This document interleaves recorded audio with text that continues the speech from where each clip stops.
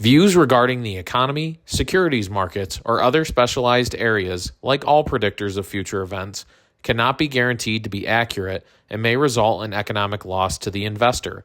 Past performance is no guarantee of future performance. Any information is for illustrative purposes only and is not intended to serve as investment advice or as a recommendation, since the availability and effectiveness of any strategy is dependent upon your individual facts and circumstances. Individual securities discussed may be held in accounts where JGUA and or its employees have a beneficial interest. And with that, let's get to this week's episode. Hey everybody, Dr. B here with John G. Ullman and Associates. This is our weekly market update for the week of January 20th. Thanks for joining us. As always, the goal for these videos is to use my background in economics to help you better understand the economy and the financial markets so you can make informed financial decisions. So with that said, let's get ready to hit the books and get up to speed on the markets. Looking back to last week, we saw the monthly Treasury statement. It showed that our current deficit for the fiscal year of 2025 is about $710 billion. This is significantly more than this point last year when we were at approximately $510 billion. This also aligns with the conversation that's taking place right now about the national debt and the debt ceiling, as the current debt ceiling of approximately $36.2 trillion has been reached either this week or next, and the Department of the Treasury has begun taking what they call extraordinary measures. Essentially, they can't borrow any more money, so they need to change how money is spent and how revenues are used within the Department of the Treasury until a new debt limit can be established. The main topic for last week was inflation. We saw the producer price index, the consumer price index, and the import-export price indexes. The result of these inflation reports were relatively mixed. We saw some gains in areas such as housing and shelter costs, but we saw some worsening in areas such as food and energy. The food inflation was significantly escalated in this period because the price of eggs had increased by 3.2% in a single month as a result of dealing with the avian bird flu. The most relevant piece of our inflation conversation from last week was the consumer price index. The headline index number rose from 2.7% to 2.9%, but the core inflation number dropped from 3.3 to 3.2. Economists, analysts, and the stock market were exceptionally happy to see this drop, being that it was the first time in 4 months that we had seen the core inflation numbers fall. And we saw a reflection of this as the markets posted big gains on Wednesday in response to this realization in this data. Looking a little more closely into our retail and production data from last week, we saw retail sales come in higher, but a little bit below expectations. We saw business inventories come in higher, right in line with expectations. And the big surprise for last week, we saw industrial production and capacity utilization both come in higher than expected and showing significant improvement. Economists and analysts saw this data as an indication that maybe we're seeing easing of some of the troubles that our manufacturing sector has faced recently. But those same analysts expressed concerns. It's possible that trade tensions and potential tariffs in the near future could stifle this improvement if not implemented carefully. And now I'd like to turn our attention to fourth quarter earnings reports. As I mentioned before, last week was our first big reporting week, and a lot of what we saw in the first week was the financial sector. Fortunately for both the markets and the financial sector, the reports coming out were extremely positive. JP Morgan Chase established record high profits. Bank of America increased their profits by over 100%. And Morgan Stanley absolutely blew past their revenue expectations. The strong week for the financial sector was anticipated and many analysts had suggested that the financial sector in the fourth quarter may have been the most successful sector of the 11 documented for the S&P 500.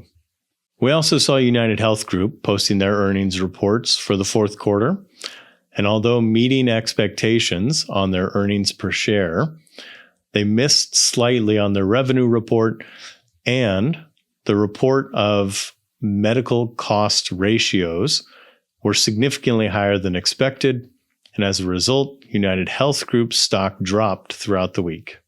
The stock market had an exceptional week, and in fact, all three major stock indices posted their best week since the post-election rally in November.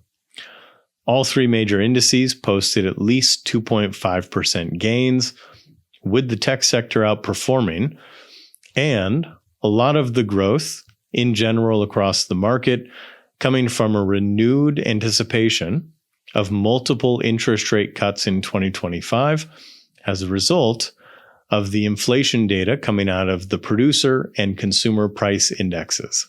In addition to renewed enthusiasm in the stock market following the inflation reports and anticipated interest rate cuts in 2025, we also saw the yield on the 10-year Treasury drop from 4.8 to 4.6%.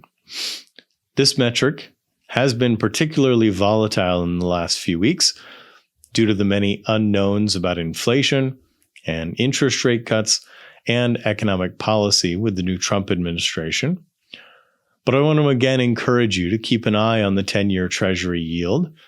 If the yield starts to approach 5%, we could see repercussions and changes in investor behavior in the stock market.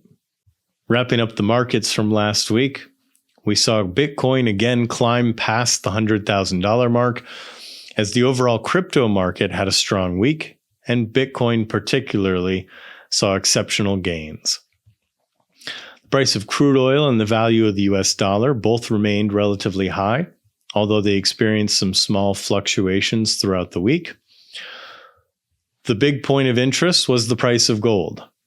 The price of gold saw significant movement upwards throughout the week, in part in coordination with ongoing inflation concerns, but also as a response to anticipated volatility in the geopolitical environment as a result of the new incoming Trump presidency. Shifting our attention to this week, of course, the big topic of discussion is Inauguration Day. As the new presidential administration takes over, we, of course, will be watching which of the proposed policies become actual policies and how do the markets respond. With that said, since there are still a lot of unknowns and this first 100 days is just taking shape, it's going to be exceptionally important for us to be paying attention, and we will do our absolute best to bring you any major developments that happen in these ongoing weekly reports. In addition to the inauguration, we're also going to see continued earnings reports this week for the fourth quarter of 2024. And in fact, the earnings reports this week will cover the financial sector, as well as some consumer-oriented companies such as Procter & Gamble, Netflix, and Verizon. But in addition to those, we'll also see the largest utilities provider in the S&P 500, NextEra Energy, reporting their earnings for the fourth quarter.